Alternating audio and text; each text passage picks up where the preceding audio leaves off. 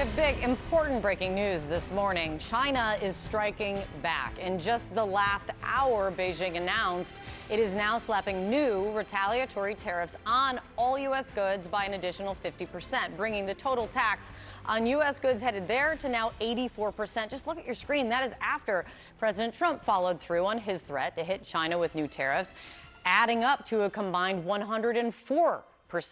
That set in at midnight. So as the two countries now show exactly what a trade war looks like, going punch for punch, here's a live look at how stock futures are looking, and they are down across the board. They were mixed early this morning. Now all the major indices are down. Let's continue to follow this morning. Opening bell next hour. Investors bracing for another roller coaster ride today.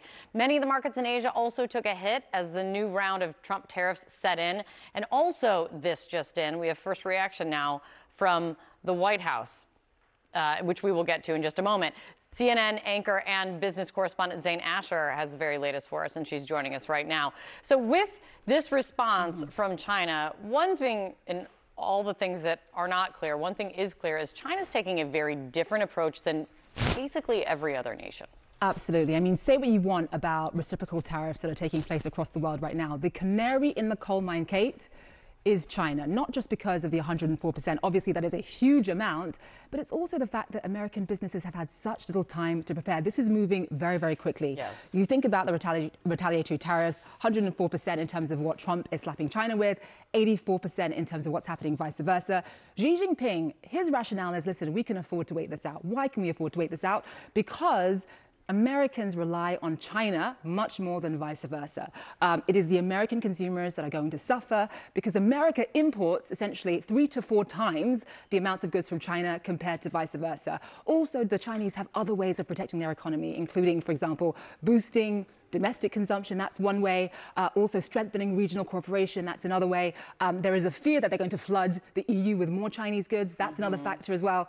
But they know that it is the American consumer that is going to suffer, and they are hoping that that will force Donald Trump to the negotiation table here. And it's, you know, I was talking to Mark Stewart. One of the things that he was saying is look at the timing of when China also announced this retaliation. That goes kind of a pattern that people have noted with China right before kind of U.S. markets would be opening. Right. One could lean on thinking that that is intentional in trying to see, you know, make the hurt as much as possible, or be as volatile as possible. But that's not just the only thing we're looking at today. We've got reaction coming at some point soon from the EU as well. They're voting today on how are they likely to respond? I mean, yes, so they're voting today. And what's interesting is that in terms of their retaliation, they are responding at this point to the steel and aluminium, or aluminum as you Americans say. I love you. Aluminum. I still need to get used to that word. Aluminum tariffs that were imposed back in March. So they're literally 2 sets of tariffs behind. They still need to respond to auto tariffs. They still need to respond on the latest 20% in terms of reciprocal tariffs. Part of the reason why the EU is so slow is that we're talking about a 27-member bloc. So, of course, they're going to take their time. Also, I think what's really important is that they have to be smart. They have to be strategic about how they respond so that it doesn't come back to bite them. They really need to sort of play out the game of chess. So, for example, Donald Trump had initially threatened them with 200% tariffs on EU alcohol if they went ahead and imposed tariffs on American bourbon. That's right. So they are deciding today, and it is likely that they're not going to include American bourbon for that reason. That would have completely destroyed French winemakers, Italian winemakers, Spanish. I mean, it literally would have been game over for them. And putting it that way is interesting because it does add into a bit of, call it chess, or just, there's a little bit of as the Wall Street Journal editorial board had written it, just called Trump's bluff, right? You had the head of the European Commission saying, we propose 0 for 0 tariffs. Right. He said no. Now they will have a carve out for Kentucky bourbon. So what does that mean in terms of how Trump responds? I guess it is a very dangerous, very impactful game of chess. Very dangerous. The EU is also taking it slow because they really need to sort of leave some room open here for negotiations. You pointed out the auto tariffs. They're trying to see if that can be 0%. But EU, if we could pull up actually where EU markets are right now, they were, I mean, obviously the EU, Europe as a whole is 5 to 6 hours ahead of the US. Correct. So they're going to be closing soon, but you see they're down significantly across the board. The FTSE 100, CAC 40, all of them are down right now. So in terms of optimism, there really isn't much in the way of that. Not today, not right now. Zain, it's good to see you. Good to see Thanks you, for my coming dear. in. John? All right, and with us now, CNN global economic analyst Rana Foroohar. So, Rana, since we've been on the air in real time, China announced its retaliatory tariffs, putting its tariffs on U.S. goods at 84%. U.S. tariffs at Chinese goods are 104%. So where does that leave us as this trade war progresses this morning? Well, it leaves us in chaos is the short answer, and you can see that in the markets already. In terms of the real world impact, it's going to take time for this to play out. And the way it's going to happen is you're going to see supply chains beginning to rejigger like dominoes falling.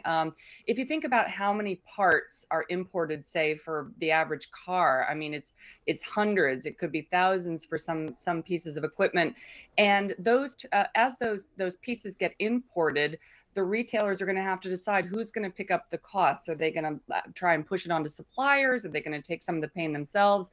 Are they going to pass it on to consumers? And so in different products, in different industries, in different parts of our lives, we're going to begin to see prices shift. It's interesting. You can see a lot of Americans actually responding to the threat of this by shopping, which, Right.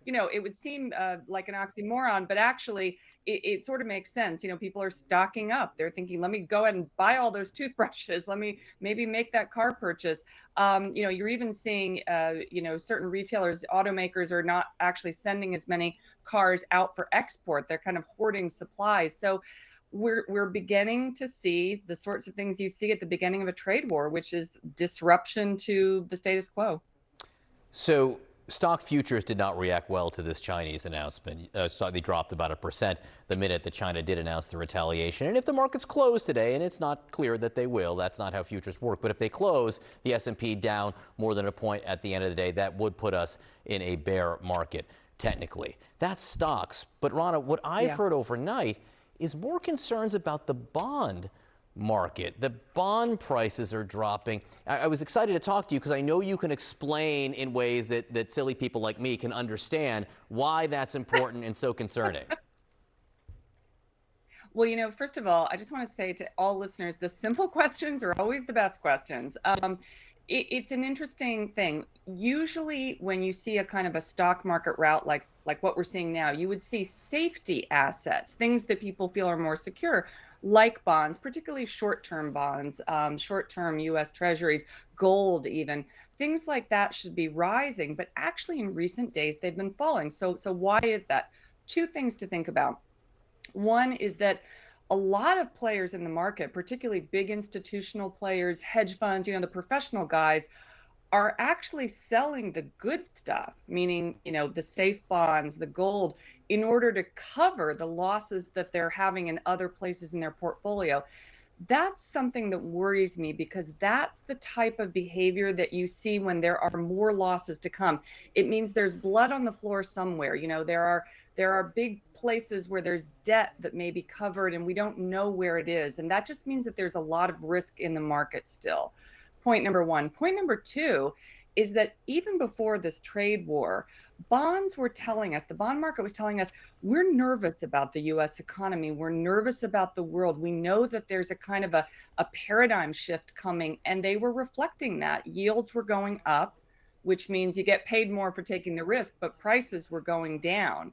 And that says the bond market was already thinking, even before the trade war, gosh, I'm worried about the U.S. economy. Yeah, it's a scary cocktail, the likes of which you see during COVID or something. I mean, we haven't seen something like we're seeing overnight since COVID, which is why I think people are waking up going, whoa, this is getting even more tenuous. Again, back to the first question, you were talking about goods. Rana, do you have a sense of where people will see this first? I'm going to go to the store and the price for this is what's going to be higher most quickly. Yeah, for sure. You'll see it first in perishables, in food and agricultural products, things that would need to be imported on kind of a day-by-day basis, and then you would see the price hit quickly. The things that will take longer will be, complex products, things like cars, things like certain kinds of white goods, computer products, where the retailers and the manufacturers might have a lot of parts that are already in stock. And so it could take weeks or months for them to need to import more. And then you'll see those prices begin to rise. And by the way, to try and find a little bit of a silver lining here, there is a lot of rejiggering of supply chains that is going on even as we speak. So, automakers, computer parts makers, they're all looking around the world and trying to figure out, okay, where are tariffs the lowest and how quickly can we get our products there? In a way, it's going to be a really interesting real-time experiment in how quickly can we rejigger global supply chains in an emergency. Kind of COVID-like, again, as you were saying earlier. There are a lot of real-time experiments going on right now, maybe more, I think, than people. I wish there were fewer. Right. I mean, people are struggling right now with the amount of real-time experiments. Rana Foroohar, great to see you this morning. Thank you for explaining everything so clearly.